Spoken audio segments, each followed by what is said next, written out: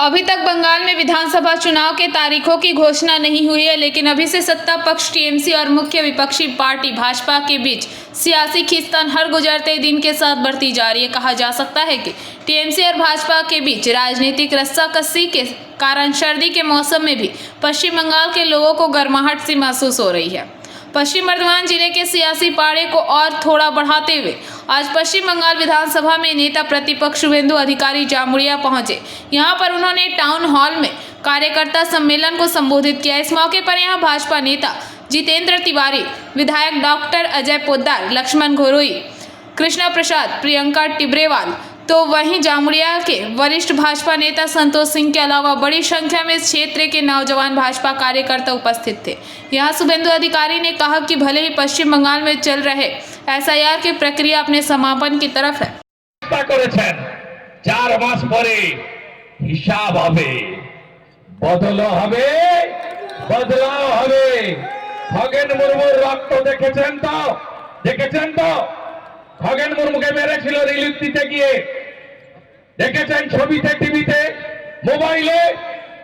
বদলা চান হ্যাঁ কি না বলুন? বদলা যদি চান বদল আনুন।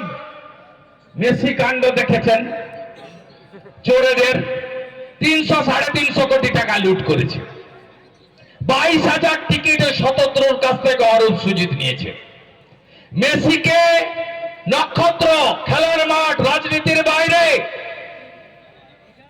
হায়দ্রাবাদে অন্ধ্র তেলেঙ্গানার মুখ্যমন্ত্রী পারে, কারণ সেখানে মমতা নেই। মুম্বাই পারে, সেখানে দেবেন্দ্র ফডনবিস আছে, মমতা অরূপ নেই। দিল্লি পারে, সেখানে রেখা গুপ্তাজিরা আছে, সেখানে মমতা নেই। আজকে বাংলা বাঙালির লজ্জা। মেসিকে নিয়ে এসে কি বলাতে গেছিল মমতা ব্যানার্জি? বলাতে গেছিল খেলা হবে, উল্টো খেলা হয়ে গেছে। উপরে ভগবানের মার, আরজি করে আবার বাবা মা কাঁদছে, তারা বলছে বিচার চাই। স্বর্গে থাকা মারা যাওয়া যুবকের চোখ উপড়ে বিক্রি করেছে। এত নিকৃষ্ট মানের চোর এইখানকার নেতাদের আমি চিনি। আমিও অনেক দিন তৃণমূল করেছি। সে তৃণমূলের অনেক তফাৎ আছে। আমি দেখেছি এখানকার যারা নেতা তাদের আজকে অবস্থা কি। নরেন চক্রবর্তী প্রতিদিন কত কোটি টাকা তোলেন। হরেরাম সিং তার বেটা কত কোটি টাকা তোলেন। এখানে যারা ওদের নেতা আছে, মলয় ঘটক থেকে শুরু করে ওই বারাবানি রশিদ সিং পর্যন্ত, কিভাবে যাদের সাইকেলে গ্যাটিস লাগানো ছিল, এখন নিজের একটা গাড়ি স্করপিওতে হয় না, ফরচুনা লাগে, বিএমডব্লিউ আছে, বউর জন্য আরেকটা, মেয়ের জন্য আরেকটা, ছেলের জন্য আরেকটা, আর নাতি নাতনিকে স্কুলে দেওয়ার জন্য গাড়ি আছে। এদের এই পরিবর্তনটা হয়েছে, আপনাদের কোনো পরিবর্তন হয়নি। তোদেরকে দিয়ে আর যারা এই কাজগুলো করাচ্ছে, কাল যখন বিপদে পড়বি তোদেরকে কেউ বাঁচাবে না, তোদের পাশে থাকবে না। ভালোবাসি, লাডুদাকে দাদার মতন দেখি, তাই এটা উপদেশ দিয়ে গেলাম, এটা ধমকি না, উপদেশ দিয়ে গেলাম। আগামী দিন এটা থেকে বিরত থেকো, এটা করো না। সমস্ত রাজনৈতিক দলের নেতা নীতি এটা কি? এক বিধায়ক এসছেন, আমি বলি যারা বলছেন যে বিধায়িকাকে পাওয়া যায় না, তাদেরকে বলি কেন ধর্মরাজ কমিটি তরফ থেকে এই বিধায়িকাকে আমন্ত্রণ জানানো হয় না? ধর্মরাজ মেলা যখন হয় কেন অগ্নিমিত্র পালকে আমন্ত্রণ জানানো হয়নি? এই প্রশ্ন যদি আমি করি, কোন জবাব আছে আপনাদের কাছে? আমি জানি কেন আপনারা আমন্ত্রণ জানাননি, আপনাদের অসুবিধা কারণ আমরা বুঝি। যদি আপনারা ডাকতে পারেননি, ঠিক একইভাবে ওনারও কিছু কম্পালশন থাকে। এক বিধায়িকা যখন এখানে কাজ করতে এসছেন কয়েকদিন আগে গড়গড় ওই কোয়াড্ডি অঞ্চলে, উনি গেছিলেন জনসংযোগ করতে। সুবীর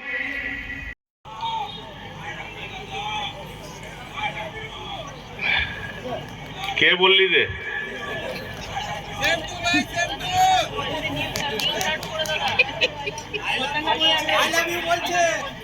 তোর বৌদিকে বলতে বল, ভালো লাগবে আমার শুনতে।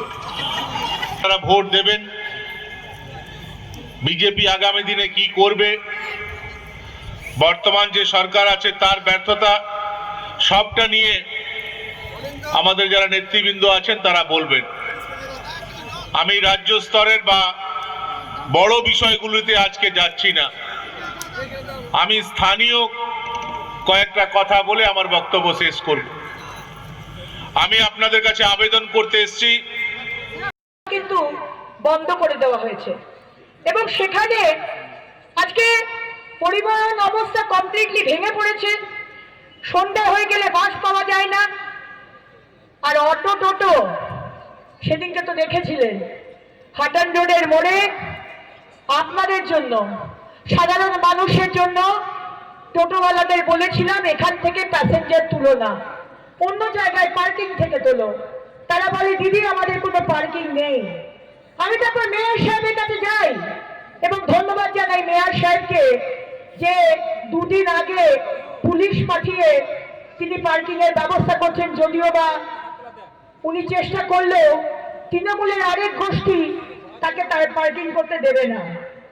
এখানে বিনা রেজিস্ট্রেশন নাম্বারে বহু টোটো ঘুরে বেড়াচ্ছে, বাস নেই, বাসওয়ালাটা 200 টাকা দিনে পাচ্ছে না, এদিকে টোটোওয়ালাদের বিনা রেজিস্ট্রেশনে ইভেন ঝাড়খণ্ড থেকে প্রচুর টোটো এখানে ঘুরে বেড়াচ্ছে। আজকে রেল ফ্রেট হবে, আজকে মাননীয় প্রধানমন্ত্রী বলেন বাংলা এগিয়ে যাবে, কিন্তু আজকে আমাদের রেল তারা ফ্রেট করিডোর করবে বলে টাকা দিয়েছে, জমি দিয়েছে, কিন্তু এখনো সেই জমি রাজ্য সরকার দিতে পারছে না, কারণ সবকিছু দখল হয়ে পড়ে রয়েছে। আজকে আপনারা বাড়ি পাননি। আজকে আমি জানি আসানসোল দক্ষিণে লাখ লাখ মানুষ তারা মাটির বাড়িতে খুব কষ্টে রয়েছে, বাথরুম নেই, রাস্তা নেই, জল নেই। কালাঝড়িয়ার ব্রিজ 7 মাস আগে ভেঙে পড়েছে। আজকে বালি চুরি করে করে কালাঝড়িয়ার ব্রিজকে ভেঙে দিলেন, কিন্তু এই 7 মাসে কালাঝড়িয়ার ব্রিজ ঠিক হলো না এবং সাধারণ মানুষ প্রায় 51টা গ্রাম জল পাচ্ছে, জল পেত এই কালাঝড়িয়া থেকে, তারা এখন জল পাচ্ছে না।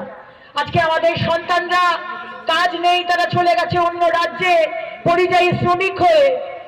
আজ কিন্তু সবকিছু পরিবর্তন হবে, সব হবে। 2026 বাংলার মানুষ পরিবর্তন চাইছে এবং আজকে আমি সম্মানীয় বিরোধী দলনেতাকে বলেছি, দাদা আপনি পশ্চিমবঙ্গের দুর্নীতির কথা তো অবশ্যই তুলে ধরবেন, কিন্তু তার সাথে সাথে আমরা সরকার 2026-এ মোদী সরকার যখন হবে তখন আমরা বাংলার মানুষ, আমরা আসানসোলের মানুষ, আমরা আসানসোল দক্ষিণের মানুষকে কি কি দেব আজকে সম্মানীয় শুভেন্দু অধিকারী আপনার সামনে রাখবেন।